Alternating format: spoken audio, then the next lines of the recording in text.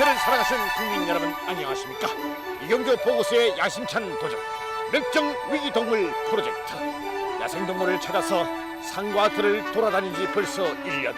멸종 위기동물 프로젝트는 우리에게 결코 만만한 과제가 아니었습니다. 멸종 위기동물 프로젝트 그 최종 정리편, 오늘 그 주인공을 여러분께 소개합니다.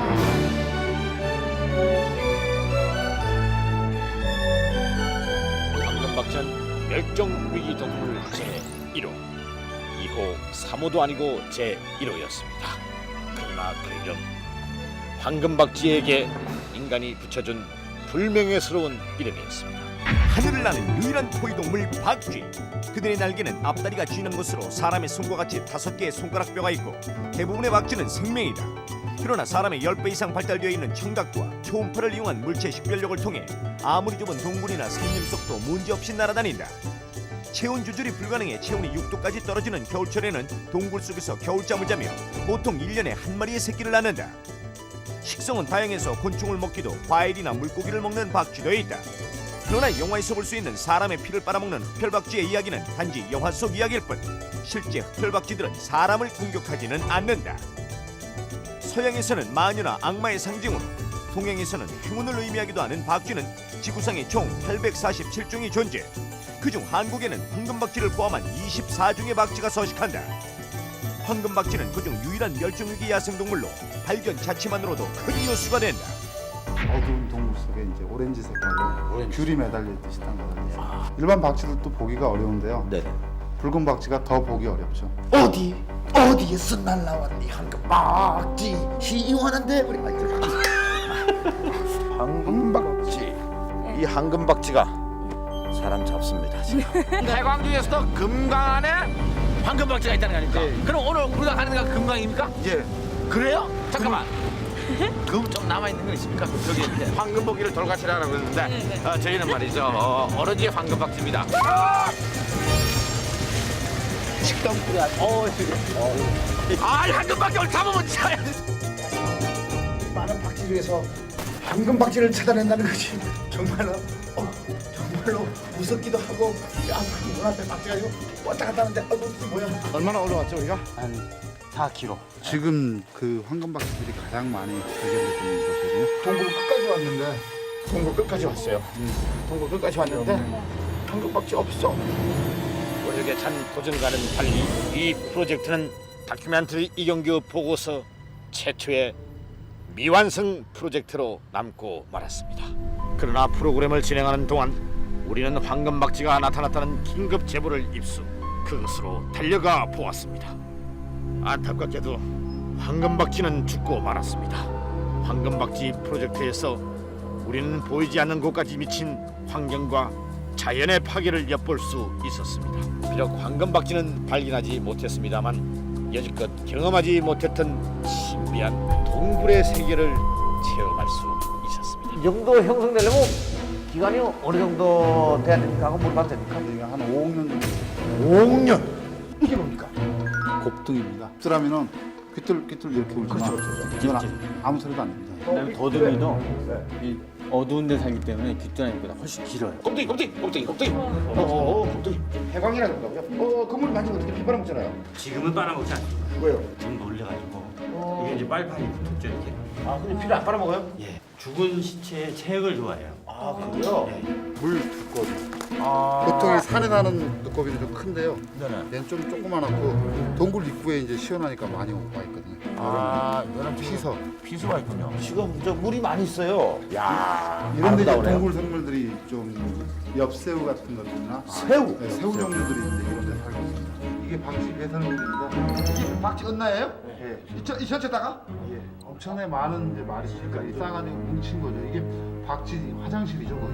박쥐 배설물에 곰팡이가 핀 겁니다. 이게 먹을 게 되니까 지금 이게 노래기 종류가 와서 이걸 먹는군요. 썩어서 곰팡이가 피고 이게 먹을 걸 제공해 주니까 여기에 벌레들이 모여서 살고 생태계가 돌아요. 동굴 생태계가 돌아가는 거지. 먹이 사냥은 어떻게 합니까? 황금박쥐 같은 경우도 네. 곤충들을 주로 먹거든요. 작은 것들은 그냥 입으로 물거나 날개나 이게 꼬리를 사용해가지고 그물식으로 찌개를 해가지고 한 입에 먹을 수 있는 건 한 입에 먹고요. 네. 좀 큰 거는 나눠 먹죠. 아 그래요? 이 외국 같은 경우는요, 이 뱀이 박쥐를 잡아먹는데. 충분히 잡아먹을 수 있습니다. 아, 그래요? 박쥐들이 날아다니거나 이게 네. 그 박쥐들이 사는 동굴 같은 데서 네네. 날아가는 걸 잡아먹고. 그렇죠. 그렇습니까? 우리나라에서는 주로 잡아먹는 게 야영성 조리들, 뭐 부엉이 종류들 그런 것들을 이제 잡아먹고요. 그 다음에 이제 가장 큰 박쥐의 천적은 이제 우리 사람들.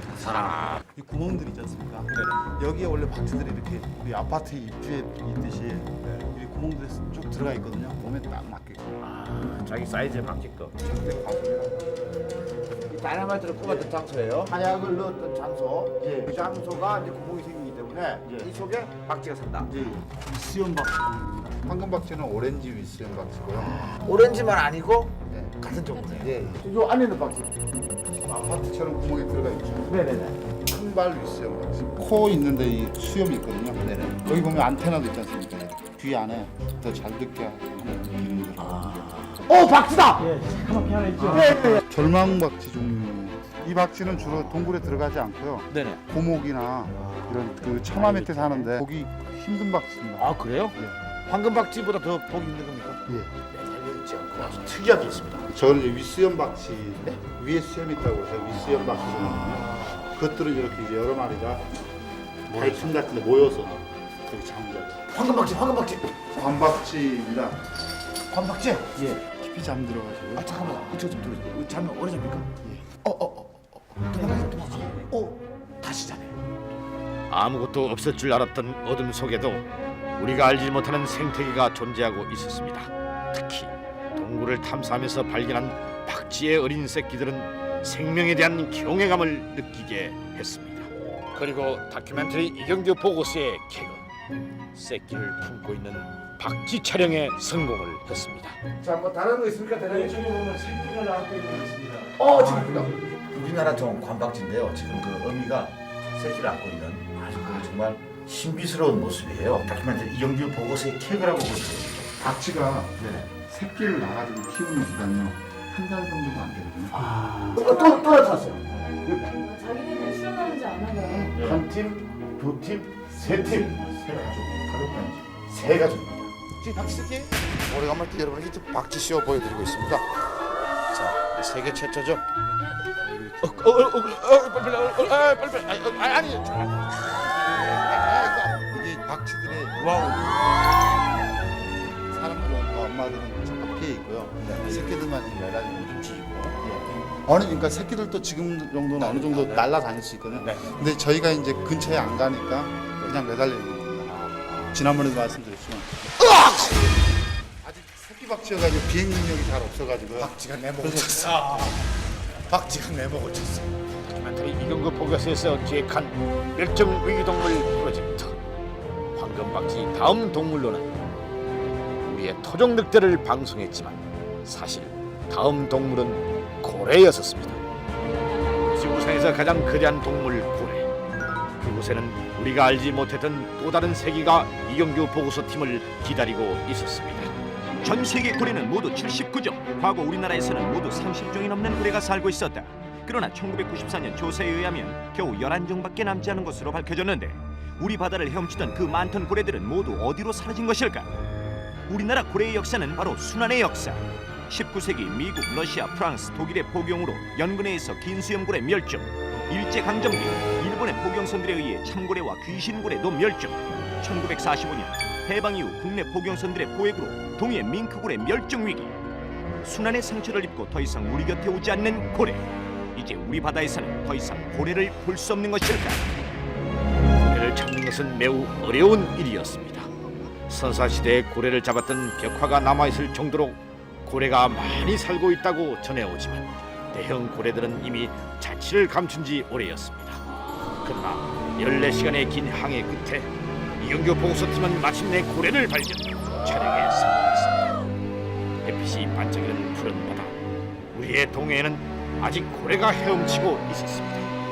그러나 작은 돌고래 떼와 사람을 끓이는 몇 마리의 대형 고래만 있었을 뿐 그 옛날 동해를 누비던 대형 고래 떼는 만날 수가 없었습니다. 왜 고래들은 우리 바다로 오지 않을까요? 울산과 알래스카를 오갔던 그 많은 고래들은 다 어디로 간 걸까요? 이러한 질문에 답하기 위해 고래 프로젝트를 시작했지만 여러 가지 문제로 인하여 더 이상의 진행이 불가능했고 안타깝지만 촬영을 중단할 수밖에 없었습니다. 대한민국 멸종위기 동식물은 모두 43종. 이 중 포유류는 모두 10종이 지정되어 있습니다. 황금박쥐 77년 한 개체가 발견된 이후 가끔씩 발견되는 세계적 희귀종. 표범 절정 위기로 백두대간을 따라 서식할 가능성 0.01%. 호랑이 일제강점기의 남획으로 남한에서는 이미 오래전에 실종. 소들 인간의 서식지 파괴와 모피의 남획으로 절정 위기. 바다사자 국제자연보호연맹에서 지정한 국제적인 보호동물. 반달가슴곰 서식지 파괴와 먹이 감소로 인한 절멸 위기. 사향노루 해발고도 2,500m 이상 고지대에서만 서식하는 천연기념물 216호. 여우 세계에서 유일하게 한국에서만 멸종된 동물. 멸종 시점 불명. 늑대 1997년 6월 11일 서울대공원 마지막 늑대의 사망으로 남한에서 멸종. 사냥 깊은 산속에 숨어 사는 동물 천연기념물 제217호.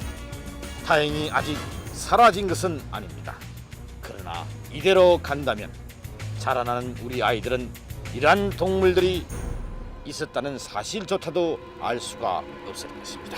자, 다음 프로젝트는 한국의 토종 늑대였습니다.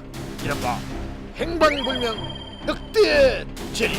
객과 동물 아니겠습니까? 그렇죠. 객과 동물이고 사람과 비슷한 점들이 아주 많습니다. 그룹을 이루어서 조직력을 가지고 함께 무리지어 산다는 거. 그리고 일부일처제라는 거. 하이에나하고 늑대하고의 어떤 뭐 차이점이 있습니다. 식성이 좀 달라요. 늑대는 주로 살아있는 거, 살아있는 것을 사냥을 해서 먹는데 그 하이에나는 남이 잡아놓은 걸 훔쳐먹기도 하고 직접 사냥도 합니다. 한 번 정한 먹이는 결코 놓치지 않는다. 리더를 중심으로 먹이를 사냥하는 조직적인 전략과 전술의 명수. 늑대는 먹이를 잡기 위해서라면 일주일 이상의 굶주림을 이겨내며 인내와 끈기의 사냥으로 유명하다. 여우하고 일단 늑대를 비교해서 좀 설명을 부탁드립니다. 여우는 그 눈동자를 보면 이렇게 생겼어요. 검은 우리 검은 자가 이렇게 생겼고 이게 야행성을 뜻하는 표시거든요. 근데 늑대는 둥그렇게 생겼죠. 사람처럼. 그다음에 여우는 그 단독 생활을 합니다. 근데 늑대는 리더가 있는 가족 형태의 사회생활을 조직 생활을 하죠. 조직 생활. 여우는 스스로 굴을 파가거나 모서리 굴을 뺏거나 해서 굴 속에서 많이 살아요.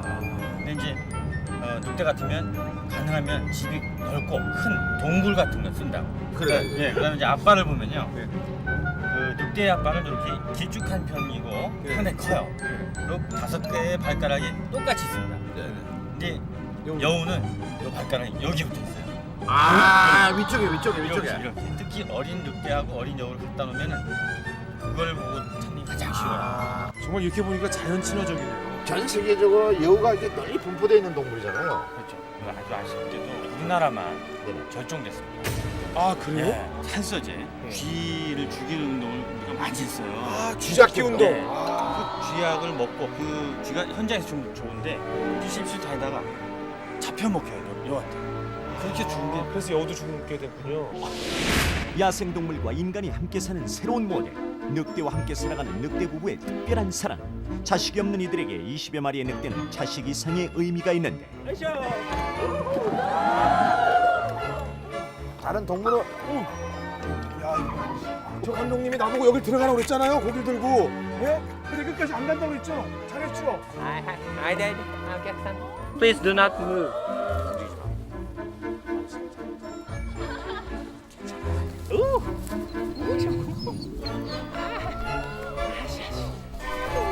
저분하고의 어떤 교감은 좀 틀린 것 같아요. 리드하고는 아주 그 교감을 두텁게 하는 거예요. 한국 늑대는 제일 또残念ながらいません. 고된 5마리의 늑대가 서울로 공수돼 왔습니다. 그 5마리가 23마리의 후손을 만들었어요. 전부 28마리죠. 그 중에 지방으로 원하는 지방 동물로 다시 보냅니다. 여기 다 나와 예, 있죠. 그렇죠. 그리고 그 나머지 중에 10마리가 일본으로 건너갔어요. 예. 도쿠시마와 시즈오카에 2마리씩, 그다음에 오사카로 6마리가 갔습니다. 잠깐만요. 그럼 28마리에서 일본으로 10마리가 가고 그죠? 18마리가 전국 지방 동문으로 갔는데 다 그 마지막이 바로 저 사진에 있는 바로 저 늑대군요. 자 여러분 여기 사진이 있습니다. 한국 늑대가 이곳 동물원에서 살았던 마지막 남아있는 이 흔적입니다. 토종 우리의 늑대, 우리의 지리산, 설악산, 우리 산에서 살던 우리의 늑대, 한국에서 일본으로 건너와서 세상을 떠난 우리의 한국 늑대입니다. 저기 나옵니다. 이야 이게 한국 늑대군요. 야, 그대로 보존이 돼 있어요. 살아있을 때 우리 한국 늑대의 제가 봤던 그 홋카이도에서 봤던 늑대와 눈이 틀려요. 우리나라에 있는 한국 늑대를 이렇게밖에 볼 수 없는 이 현실이 안타깝습니다. 너무나 안타깝습니다. 89年ですこれ1頭しかいないのでもう不可能なんです 그럼 일본 전 동물원에 이 한국 늑대는 딱 한 마리밖에 없습니까? 우리 한국 늑대의 모습을 여러분들이 보여드리려고 찾아봤습니다만은 처음으로 만난 한국 늑대가 뼈만 저희가 봤고 이제는 한국 늑대가 말이죠 일본에서 사실 얼마 남지가 않았거든요. 이러한 모습을 저희가 지켜본다는 사실이 못내 가슴이 아픕니다. 한국 늑대를 발견하는 데는 성공을 했습니다만 그곳에서 희망을 발견하는 데는 실패를 하고 말았습니다. 왜 좀 더 빨리 관심을 갖지 않았을까 하는 후회만 남았습니다. 또한 많은 시청자 여러분들이 한국 토종 늑대의 복원에 대해 관심을 보여주셨는데 알아본 결과 늑대의 DNA 복제는 늑대가 너무 나이가 많아 그 틀을 가져올 경우 유전자 지도는 작성할 수 있지만 복원시키는 것은 불가능하다고 합니다. 동물이 떠난 세상에서는 인간도 살 수가 없습니다. 인간과 동물이 함께 살아가는 21세기를 위하여 지금부터라도 좀 더 관심을 갖지 않는다면 더 많은 동물들이 사라져 버릴지도 모릅니다. 자, 다큐멘터리 이경규 보고서 이제 다시 우리 곁에 있는 동물들로 돌아가도록 하겠습니다. 다큐멘터리 이경규 보고서 멸종동물 프로젝트에 이은 거대 프로젝트. 예측할 수 없는 동물들이 몰려온다. 과연 그 첫 번째 주인공은